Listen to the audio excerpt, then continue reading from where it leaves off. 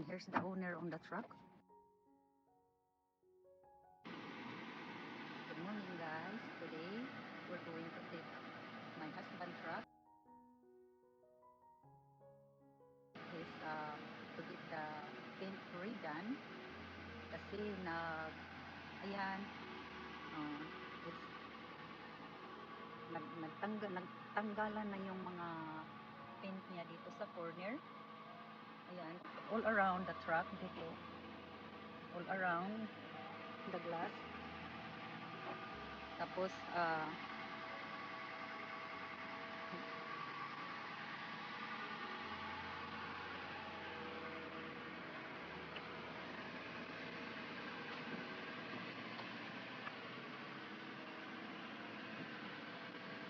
yan, itong truck na to, this is 2017 model. And then binili niya ito brand new. And then 5 years later may recall about the paint job. Kaya yan, hanggang ngayon hindi pa na, last 2 years na to nag-submit siya ng claim. Tapos finally 2 years after mayroon ng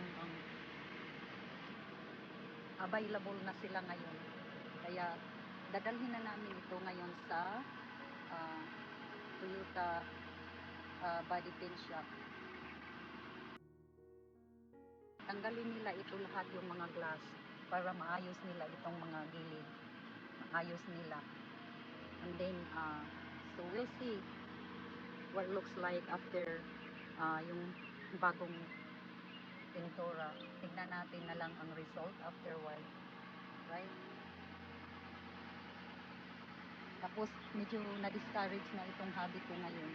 Kaya ang plano niya, sabi niya after mabago ang pintura nito lahat,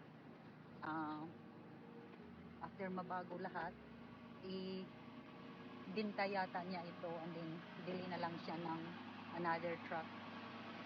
So kasi na-discourage siya ito, kasi yung retirement truck niya binili niya ng brand new 2017, and then ito ngayon ang nangyari.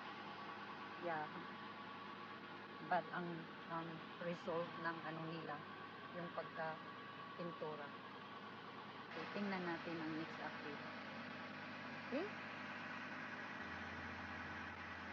Kasi ang sabi nila 2 weeks daw, it takes 2 weeks ang pintura nito nila, kasi tanggalin lahat yung mga salamin.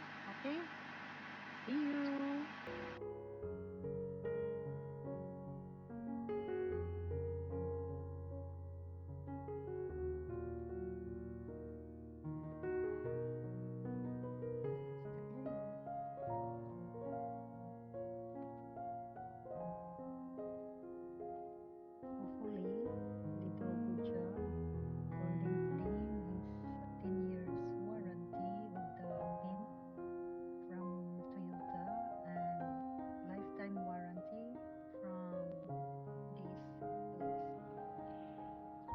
Here's the update sa pickup truck ng hobby ko. Finally, natapos na yung pagpintura nila dito sa mga gilid.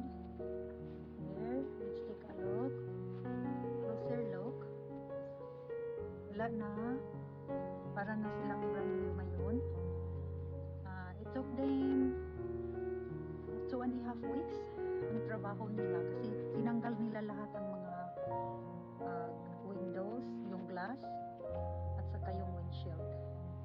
Yung guys, wala na. Thank God. Looks good na sila. Parang brand new na. Kasi recall ito eh. This is 2017 model. Tapos, after 5 years, recall. Yung pintura. 10 years ang warranty nitong pintura na to. Yan.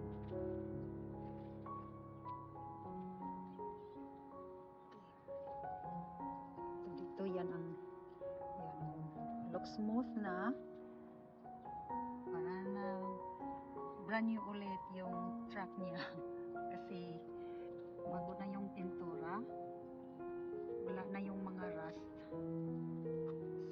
body, kahit yung dito.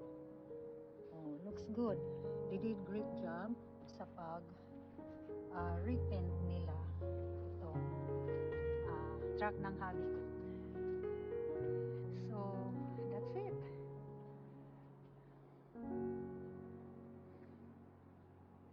That's all for now.